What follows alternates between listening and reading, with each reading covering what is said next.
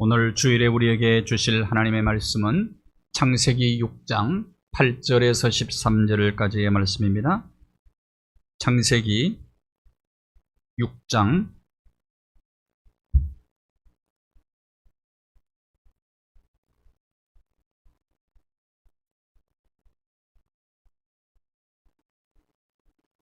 8절부터 13절까지의 말씀을 다 함께 봉독하겠습니다. 그러나 노아는 여호와께 은혜를 입었더라. 이것이 노아의 족본이라. 노아는 의인이요 당대의 완전한 자라. 그는 하나님과 동행하였으며 세 아들을 낳았으니 셈과 함과 야벳이라. 그때 온 땅이 하나님 앞에 부패하여 포악함이 땅에 가득한지라. 하나님 보신적 땅이 부패하였으니 이는 땅에서 모든 혈육 있는 자의 행위가 부패함이었더라. 하나님이 노아에게 이르시되 모든 혈육 있는 자의 포악함이 땅에 가득하므로 그 끝날이 내 앞에 이르렀으니 내가 그들을 땅과 함께 멸하리라. 아멘. 찬양으로 영광 하나님께 올려드리겠습니다. 불같은 성령.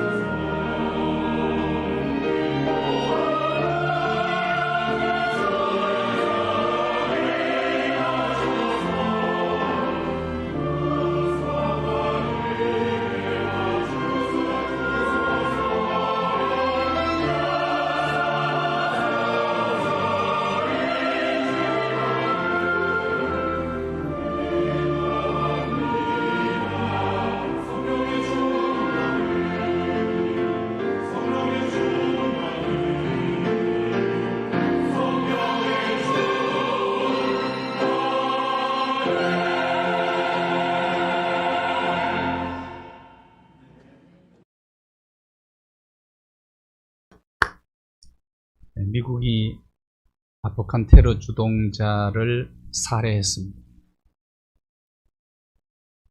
13명의 미군이 세상을 떠났고 130명의 민간인이 죽음을 당했습니다. 즉각적으로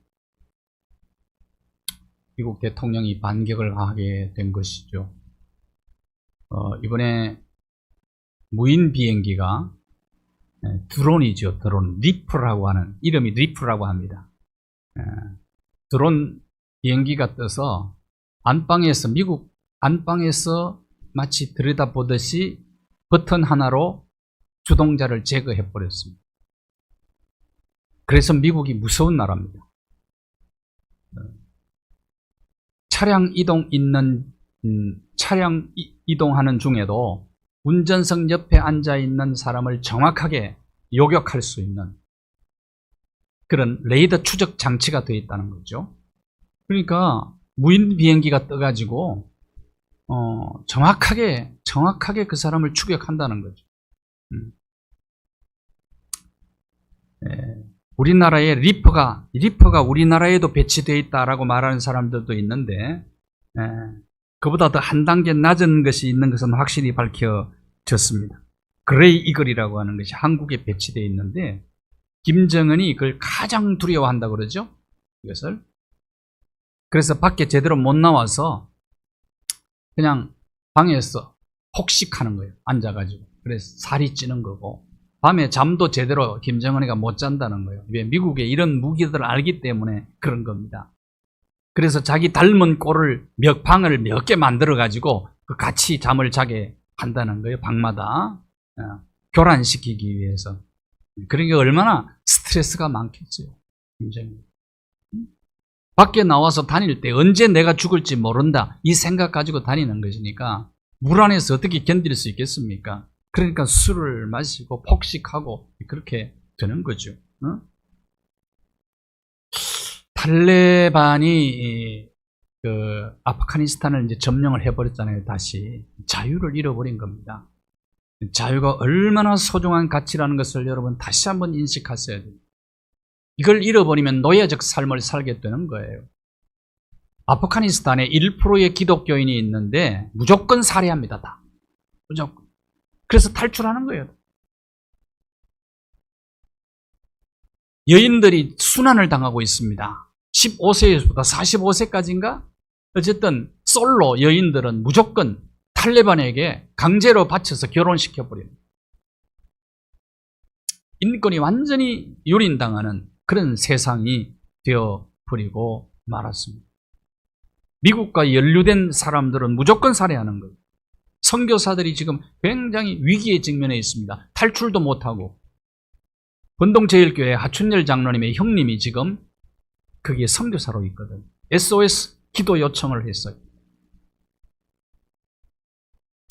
기도를 많이 하셔야 되겠습니다. 200만이 넘는 난민이 생겨났는데 유럽이 그것을 이제 받아주려고 지금 생각을 하고 있어요. 프랑스가 많은 난민들을 받아서 이슬람 국가가 되어버렸어요. 그것도 또 문제로 대두되고 있습니다만은 어쨌든 유럽이 그 난민들을 받아주고 우리도 지금 400명 받아들이고 있죠. 400명. 기도하셔야 됩니다. 정말 어려움을 겪고 있는 나라가 되어버리고 말았습니다. 특별히 선교사님들을 위해서 기도해 주시기를 바랍니다. 예수님은 말세의 현상과 징조에 대해서 노아의 때와 같다고 말씀을 하셨습니다. 역사가들은 역사의 동시성이라는 말을 합니다. 무슨 뜻인가 하면 과거에 일어난 일들이 오늘 이 시대의 역사에 반복이 되어진다. 반복해서 일어난다. 그런 얘기입니다. 역사는 반복한다 하는 얘기죠. 그런데 역사가 계속 반복되지만 역사는 방향이 있어요.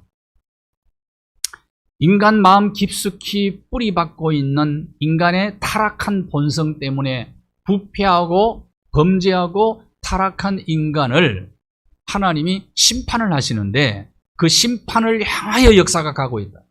심판을. 방향은 분명합니다.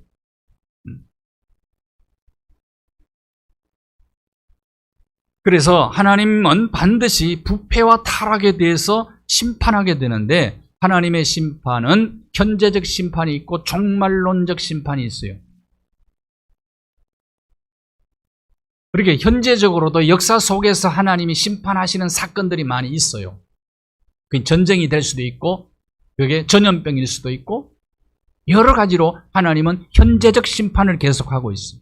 개인적으로도 마찬가지입니다.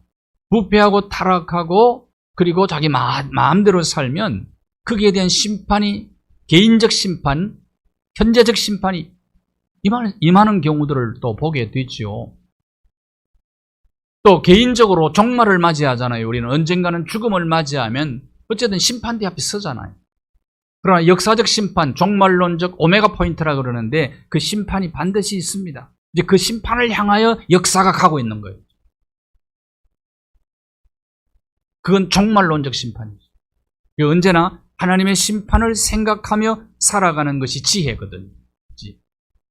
예수님이 마태복음 24장 37절과 39절에 37절에서 노아의 때와 인자의 임함이 같다는 겁니다. 말세의 현상이 마치 노아의 때와 같다 하고 말씀을 한 거예요. 홍수가 나기 전에 사람들이 홍수 심판 예고를 계속해서 했는데도 전혀 깨닫지도 못하고 듣지도 못하고 반응도 없어. 피리를 불어도 춤을 추지 않고,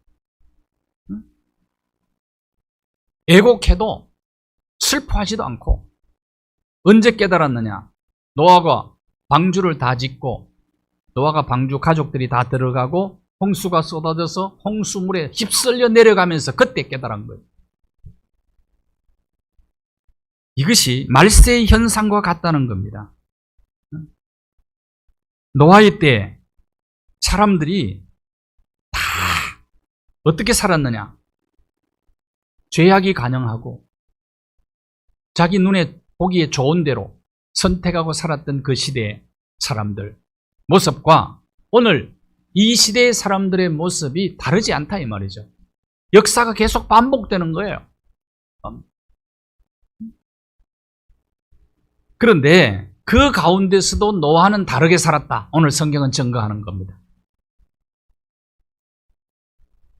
에스겔이 구약시대에 3대 의인을 소개를 했어요. 3명의 의인을 소개했는데 그 중에 3사람 중에 하나가 노아입니다.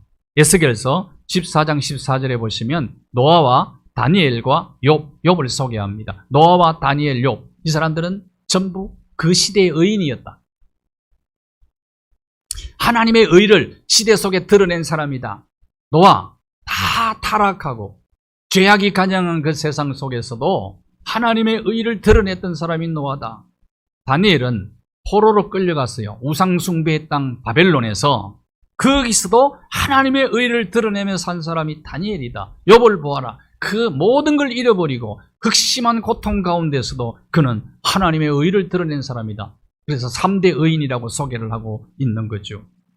노아는 그 시대 사람들의 삶의 방식을 따라 살지 않았다. 그 시대 사람들의 삶의 가치관을 따라 살지 않고 시대 정신을 따라 살지 않고 하나님의 뜻을 따라 살았던 고독한 선지자였다 라고 소개를 하는 겁니다. 노아 시대 사람들은 그럼 어떻게 살았을까? 노아 시대 사람들의 생활상을 한번 봅시다. 다르게 살았던 노아를 히브리서 기자는 이렇게 소개하고 있습니다. 히브리서 기자가 노아의 삶을 소개합니다. 먼저 시대 사람들의 삶은 오늘 본문에 나와 있고요. 그런데 노아는 어떻게 살았는가? 노아의 삶이 본문에도 소개되지만 신약 히브리서를 기록한 히브리서의 기자가 이렇게 소개합니다. 불신의 시대에 노아는 믿음으로 살았다. 눈에 보이는 것만 추구하는 시대의 사람들을 그들의 삶을 따라 살지 않고 그들의 삶의 방식과 가치관을 따라 살지 않고 그는 보이지 않는 것을 추구하는 인생을 살았다. 그래서 하나님의 말씀을 듣고 하나님을 경외하는 가운데 예배자가 되어서 하나님의 말씀에 순종해서 방주를 준비하는 인생을 살았다. 그래서 노아의 그 8식구가 구원을 받게 되었다. 불의한 세상 속에서 하나님의 의를 나타내는 의의 상속자가 되었다. 그렇게 소개하는 겁니다. 이게 노아의 삶이었다는 겁니다. 노아는 믿음으로 의롭게 살았다는 얘기예요. 노아는 세상 사람들과 다르게 살았다. 세상의 영향을 받지 않고 세상에 영향을 끼치며 사는 사람이 되었다.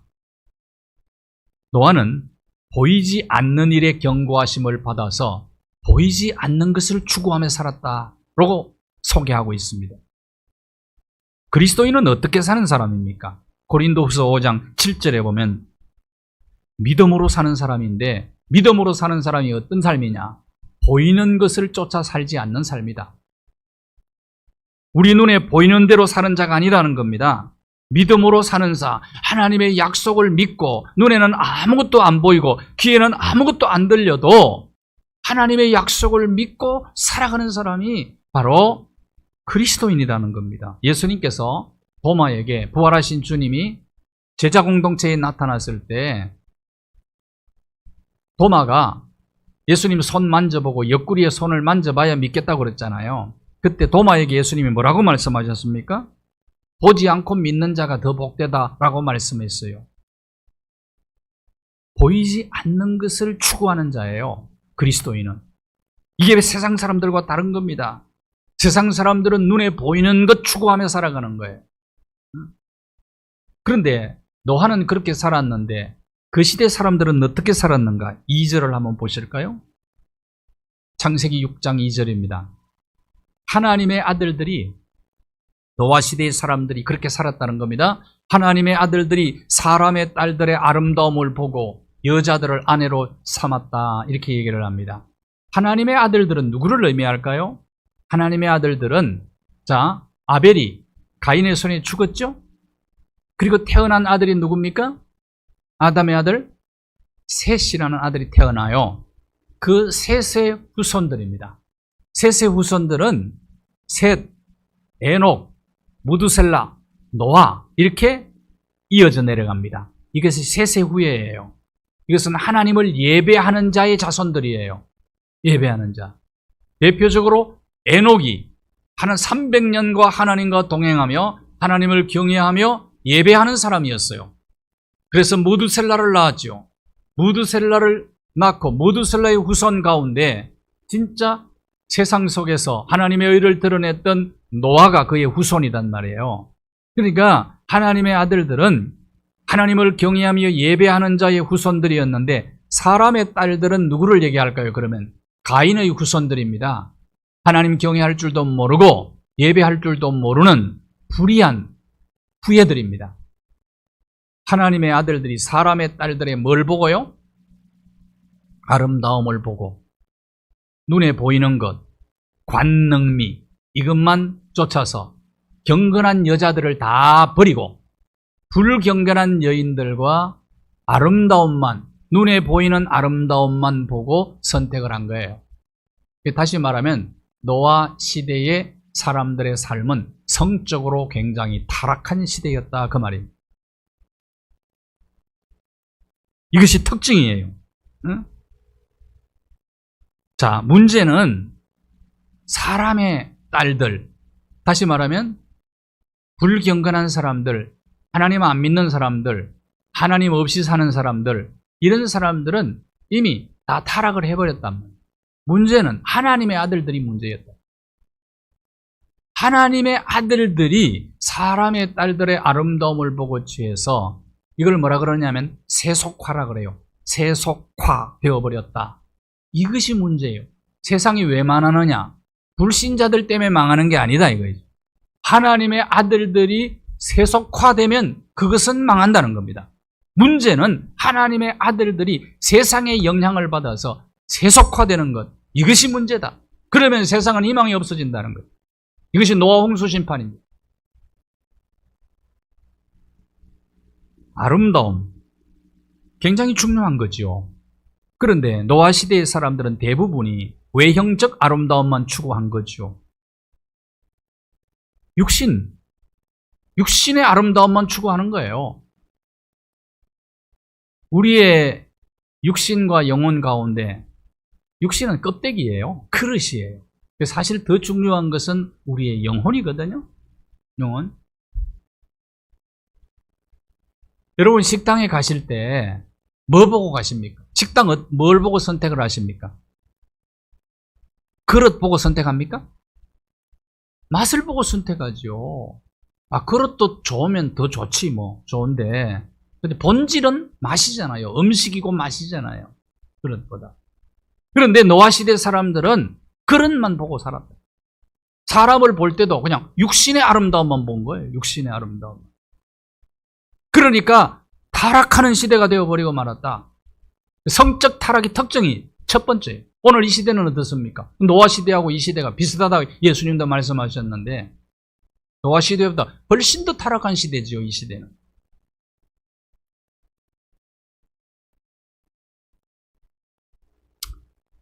한국에 지금 사회에 병리적 현상이 있습니다. 이걸 짱문화라는 게 짱문화. 얼짱, 몸짱.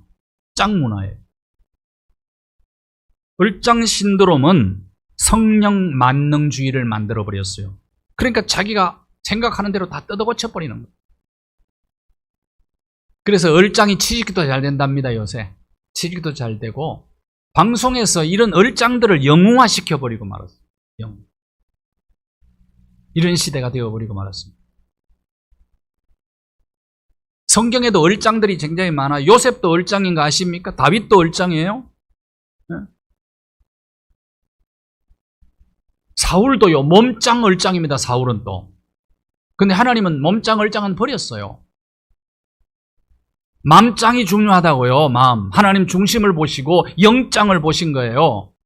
그래서 다윗을 쓰신 거거든요. 그러니까 이 성경에는 쓰임받은 얼짱도 있고 버림받은 얼짱도 있단 말이에요. 하나님 없이 사는 사람들은 전부 눈에 보기에 좋은 그것만 추구하는 삶을 살았다는 거죠. 이것이 노아 시대의 사람들의 생활상입니다. 외모 지상주의가 지금 보편화되어 버렸습니다. 문화화 되어 버렸습니다. 건강한 사람이 병든 사람에게 건강을 전수시켜 줍니까? 아니요. 병든 자들이 바이러스나 균을 건강한 사람에게 옮겨버리잖아요.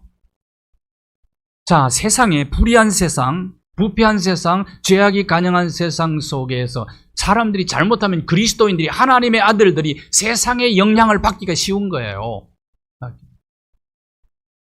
그런데 노아는 그 영향을 안 받았다는 얘기입니다. 세상을 닮지 않고 노아는 다르게 살았다는 거예요. 여러분, 예수 믿는 사람들이 깨끗해지면 세상은 깨끗해집니다. 근데 만일에 예수 믿는 사람들이 세상과 그냥 같아지고 닮아져 버리면 세상은 희망이 없다니까. 안 믿는 사람의 타락 때문에 세상이 망하는 게 아닙니다.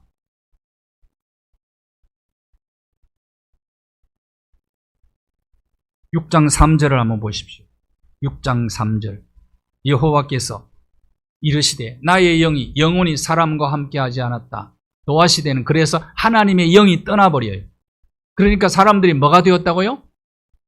육신이 되었다고 그래요. 육신. 고기 덩어리만 남은 거예요. 우리 육신은 알고 보면 여러분이 그렇게 중요하게 생각하고 그것만 바라보고 그것만 추구하는 육신의 아름다움만 추구하는 인생은 참 어리석은 거예요. 어떻게 보면은 고기 덩어리라니까요, 그게.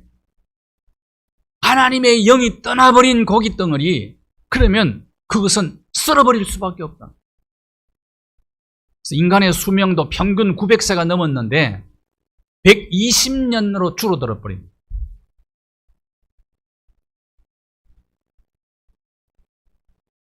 사절을 한번 보십시오. 4절.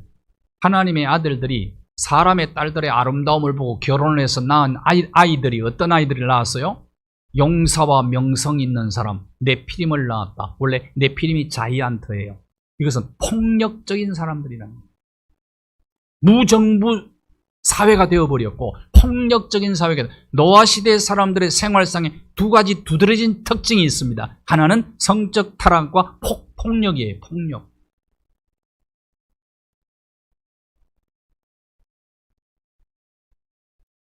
타락한 세상 속에 두드러진 오늘날도 동일한 현상이 바로 이 두 가지 현상입니다. 지금 아프가니스탄을 보시라니까요.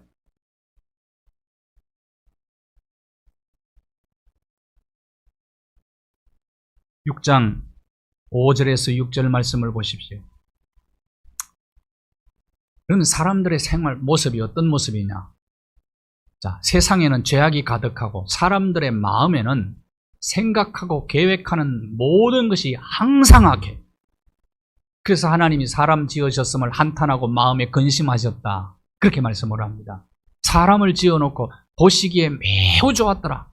그렇게 말씀하시던 하나님이 지금 노아 시대의 사람들을 보면서 하나님은 한탄하시고 근심하시게 됩니다.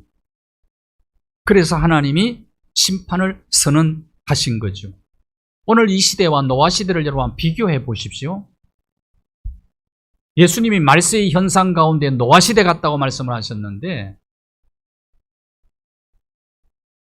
오늘 이 시대 사람들은 어떻습니까? 어떻게 하면 본능을 따라 재미있게 살아갈까? 욕망을 따라 어떻게 하면 신나게 살까? 추구하는 시대가 아닐까요? 항상 여러분 이런 것만 생각하고 사는 시대가 아니냐. 조금도 다를 바가 없어. 역사는 돌고 돈다. 반복된다 이거예요.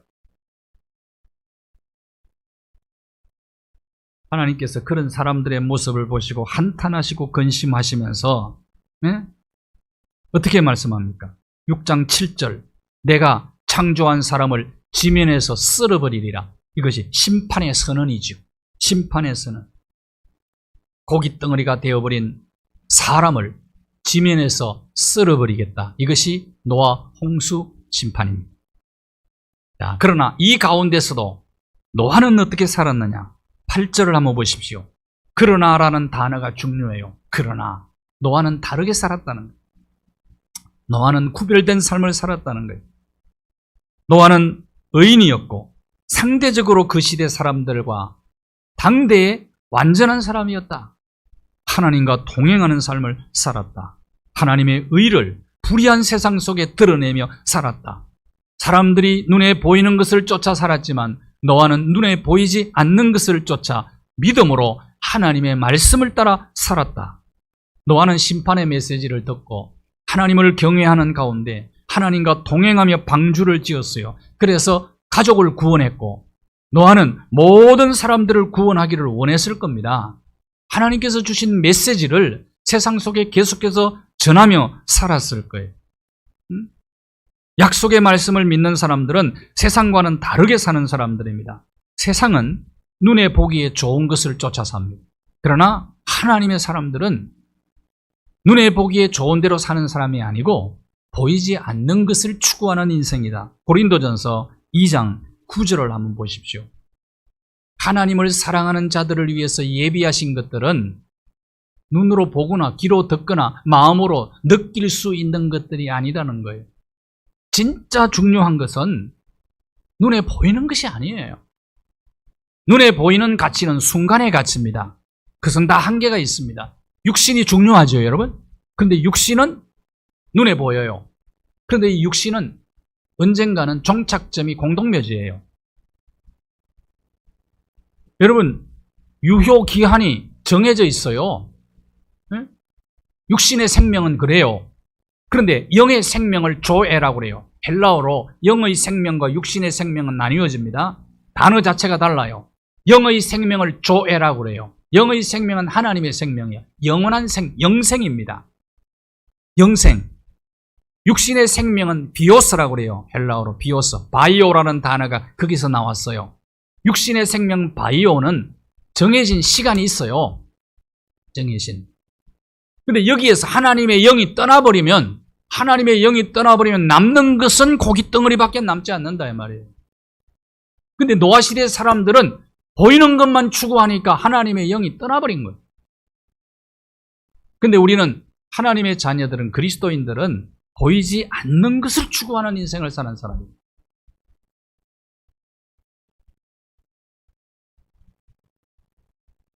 고린도후서 4장 18절을 한번 보십시오. 왜 그러냐 이거예요. 왜 우리는 보이지 않는 것을 추구해야 합니까?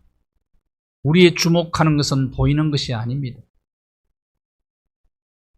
사람들은 그토록 그냥 보이는 아름다움만 추구하는데 그것이 아니라는 거예요. 보이지 않는 것. 보이는 것은 잠깐이기에 보이지 않는 것은 영원하기 때문에 보이지 않는 것을 추구하는 여러분, 신앙인과 믿음이 있는 사람과 믿음이 없는 사람이 여러분 차이가 무엇입니까? 근본적 차이가 무엇입니까? 추구하는 게 달라야 돼요. 여전히 세상 사람들과 똑같이 눈에 보이는 것만 추구하면 그거는 그냥 동화된 사람입니다. 그러니까 세속화된 사람입니다. 저와 여러분이 신앙생활하는 궁극적 목적이 눈에 보이는 게 아니라는 거예요.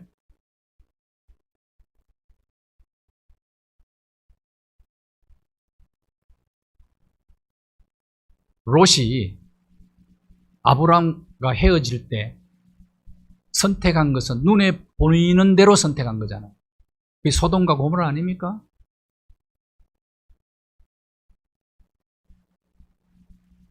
우리의 주목 대상은 눈에 보이는 게 아니에요. 보이지 않는 하나님이 우리를 위해서 예비하신 그것들, 영원한 가치, 이것을 주목하며 사는 것이 그리스도인이다. 그런 사람이 세상과 다르게 살 수 있어요. 세상과 다르게 사는 거예요.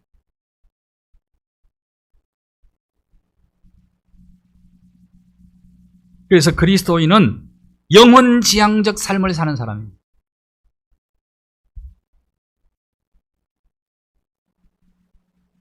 예수님께서 나사로의 무덤에 좀 늦게 도착을 하셨어요. 도착하신 후에 예수님께서 돌을 옮겨 놓으라 그렇게 명령을 하십니다. 그랬더니 나사로의 누이 마르다가 죽은 지 나흘이나 되어서 썩어서 냄새가 납니다. 예수님에게 항의를 해요. 또 불평을 쏟아놓는 거죠. 일찍 좀 오시지, 기왕 오실 바에는 왜 썩어서 냄새 날 때 오셨습니까? 이런 얘기를 한 겁니다. 그때 예수님이 하신 말씀을 보십시오. 요한복음 11장 40절에 네가 믿으면 하나님의 영광을 보리라.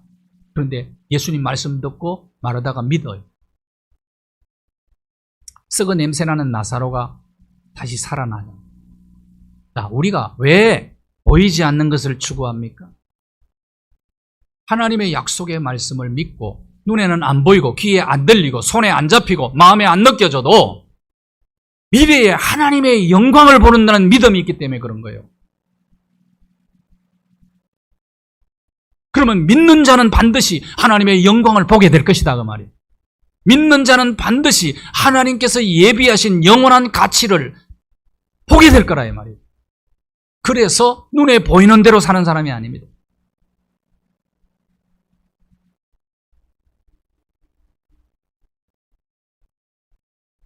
심판의 메시지를 믿고 하나님의 약속을 믿고 믿음으로 살았기 때문에 노아는 세상 사람들과 다르게 살아면서 불의한 세상의 의를 나타내고 그리고 불완전한 세상 속에서 그는 완전하게 살았고 그리고 하나님 없이 사는 사람들이었는데 하나님과 동행하며 그런 삶을 살았답니다.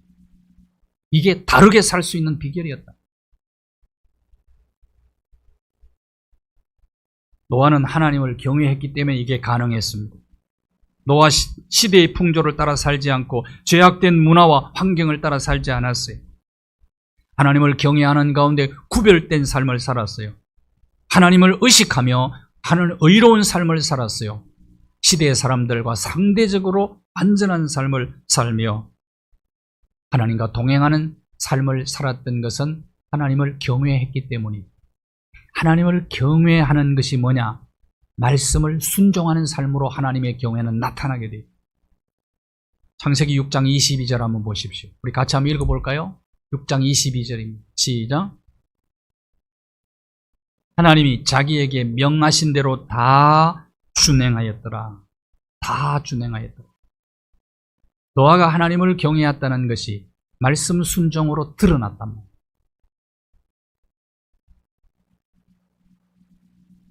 창세기 7장 1절을 보십시오. 노아가 방주를 다 만들었을 때 온 집안 식구를 방주로 들어가라고 명령하라고 얘기합니다.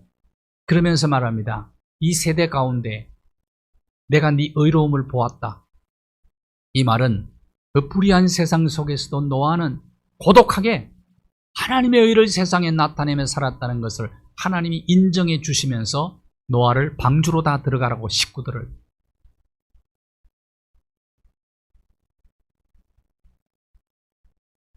노아는 세상 속에 하나님의 의를 드러내는 삶을 살았어요. 황석영 씨가 소설가가 소설을 그냥 쓰면 감동이 없다.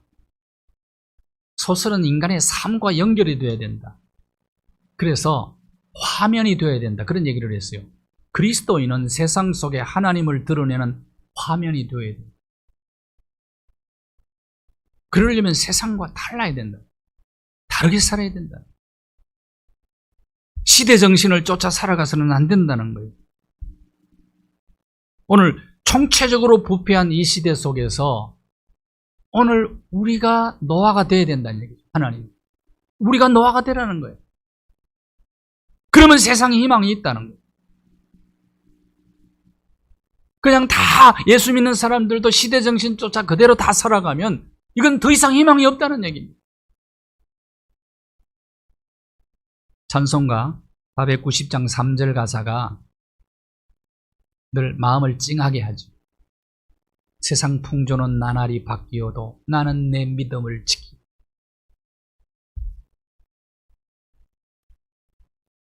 로마서 12장 2절 말씀을 보십시오.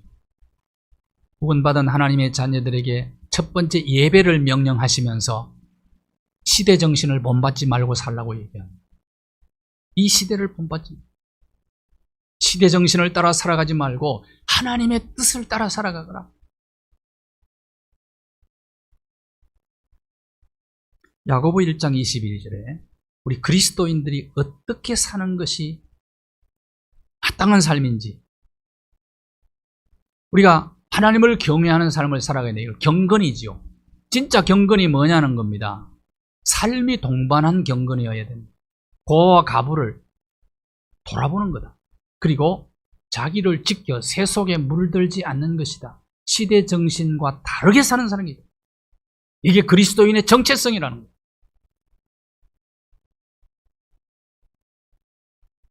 빌립보 2장 15절을 보십시오. 빌립보 2장 15절. 왜 우리가 흠이 없고 순전한 삶을 살아야 됩니까? 왜 우리가 하나님의 흠없는 자녀로 살아가야 됩니까? 그것은 어그러지고 거스린 세대 가운데 하나님의 빛을 나타내기 위해서다. 똑같으면 빛을 발할 수가 없다는 거예요. 똑같이 세속화되어 버리면 빛을 반사를 못한다는 거예요. 빛을 반사하려면 흠없는 순전한 하나님의 자녀로 우리 자신이 세속에 물들지 않고 우리 자신을 지켜야 된다. 이것은 그리스도인의 책임입니다. 세상을 탓하지 말라는 거예요. 다시 말씀드리면 세상 때문에 망하는 게 아니라는 거예요. 소돔과 고모라는 죄 때문에 망한 게 아닙니다. 의인이 없어서 망한 겁니다.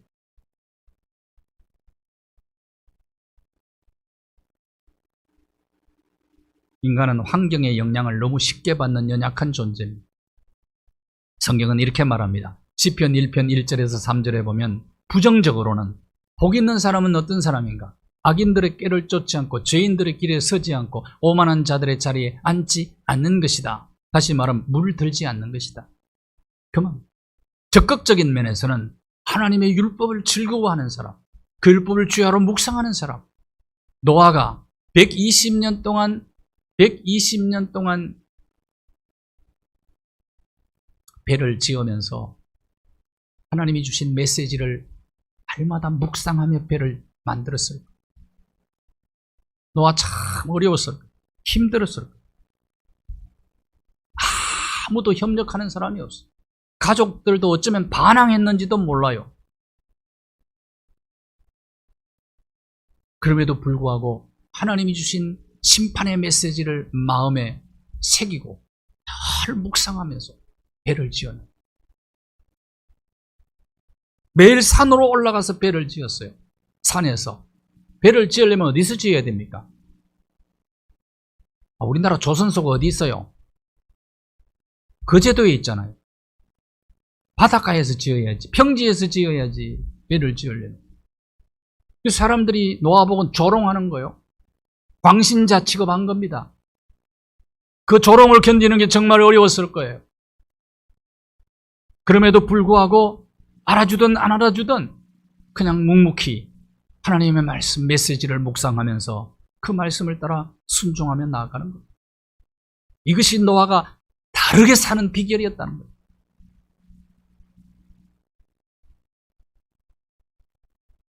살아있는 물고기 몸에는 바다 짠물이 배어 들어가지를 못해요.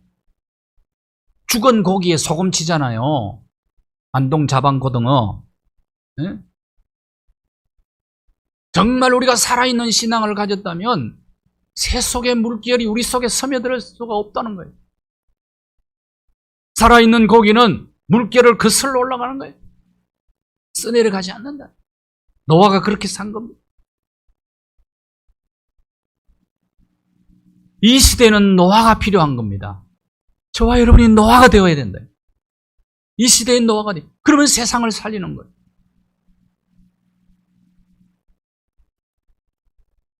노아가 지은 방주가 길이가 150m고 폭이 25m고 높이가 15m예요. 3층으로 되어 있어요. 14,000톤을 실을 수 있는 배입니다. 우리 황 장로님 딸 수아가 살고 있는 곳에 가까운 곳에 진짜 그대로 지어놓은 박물관이 있어요. 제가 거기 방문을 했었는데 노아가 대단한 그 가서 절실히 느꼈어요. 노아가 방주를 그렇게 크게 3층으로 짓고 짐승들 한 쌍씩 들여놓는 거 정말 힘들었겠다 생각을 하고 그 먹이 들여놓고 얼마나 힘들었을까. 그런데 옆에서는 자꾸 또 미친 사람 취급하지요. 조롱하지요. 얼마나 고독했을까. 힘들었을까. 그래도 심판의 메시지를 마음에 새기면서 아랑곳하지 않고 방주만 짓는 거예요. 그래서 성경은 뭐라고 얘기합니까? 하나님의 말씀을 그대로 다 준행했다고 말하는 거죠. 이것이 우리의 생활의 신앙생활의 근본이에요.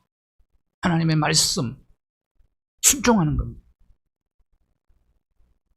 마태복음 24장 37절에서 39절까지 보면 노아의 때와 같이 인자의 임함도 이러하리라. 노아에게는 도전 정신이 있었고 개척 정신이 있었어요. 노아가 조선업을 시작한 겁니다. 도전한 거예요.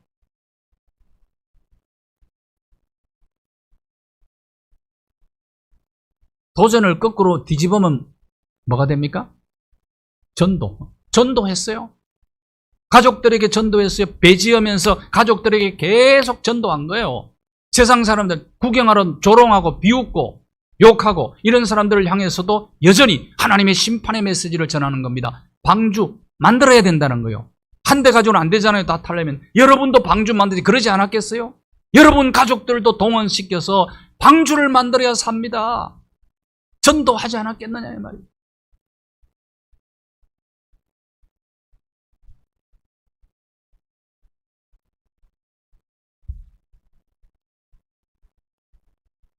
베드로후서 2장 5절 말씀을 보십시오.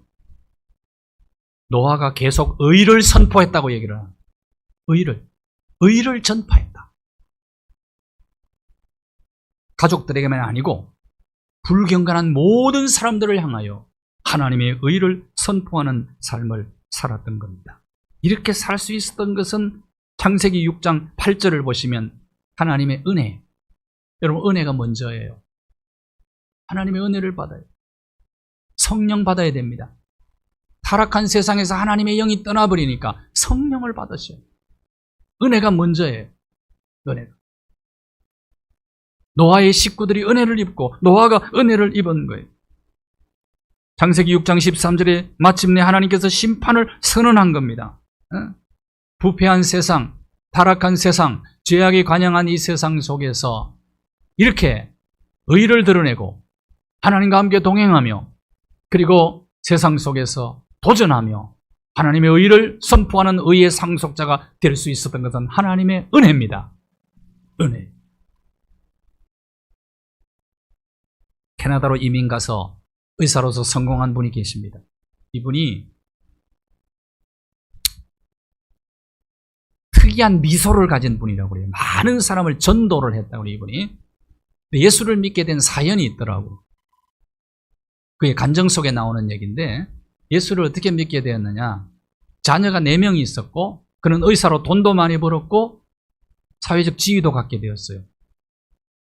그런데 잘 나가는 때에 마누라가 춤바람이 나가지고 내 자녀와 남편을 두고 도망을 가버렸어요. 도망가더니 안 돌아오는 거라. 그래서 너무너무 상처를 받은 거예요. 상처를. 자존심도 상하고 상처도 받고 그래서 가슴에 품속에는 권총을 차고 다니. 만나기만 해봐라.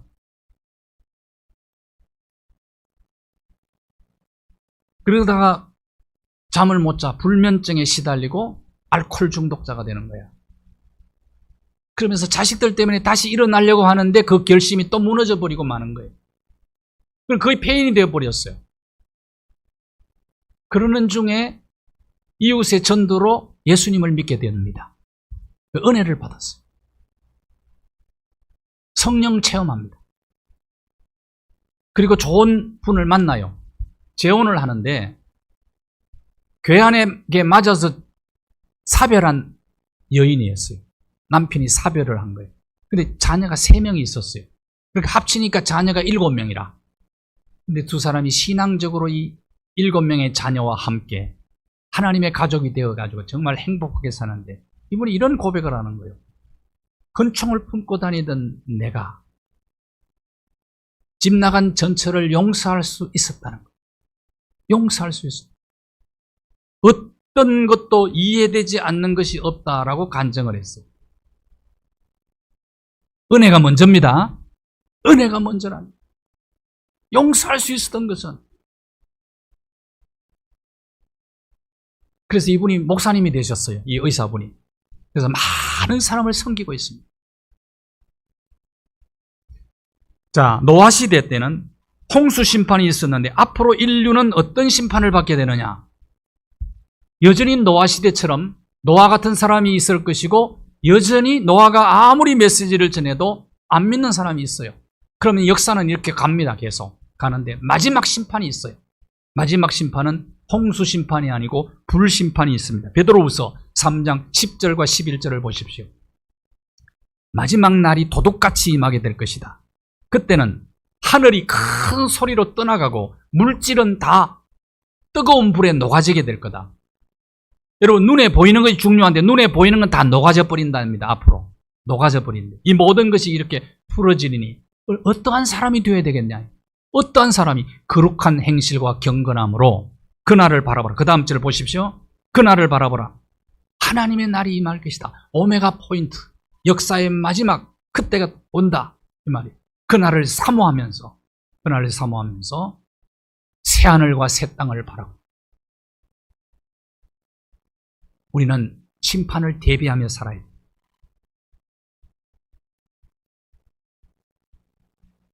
죄악이 간영한 세상 속에 저희들은 발을 딛고 살아가고 있습니다. 이 시대에 우리가 노아가 되어서 하나님의 심판의 메시지, 그 심판의 메시지를 늘 마음에 새기고 그날을 사모하며 하나님을 바라보며 새하늘과 새 땅을 바라보며 이 시대의 노아로서의 사명을 감당하는 저와 여러분의 생애가 되어지기를 바랍니다. 감사합니다. 죄악이 간영한 이 시대, 한복판에 발을 딛고 살아갑니다. 우리가 세속화되지 않고 노아처럼 하나님의 메시지를 가슴에 새기고 하나님의 말씀 순종하며 하나님을 경외하는 가운데 세상 속에 하나님의 의를 드러내며 하나님의 빛을 나타내며 살아가는 우리의 생애가 되게 하여 주시옵소서. 그리하여 하나님의 자녀들이 하나님의 나라와 그 의를 이 세상에 드러내며 나타내며 살아갈 때 하나님께서는 하나님의 백성들의 헌신과 하나님의 백성들의 눈물과 피와 땀을 보시고 세상을 용서하시고 구원해 주실 줄로 믿습니다. 이 시대의 노아의 사명을 잘 감당하는 우리 모두가 되게 하여 주시옵소서. 예수 그리스도의 이름으로 기도하옵나이다. 아멘.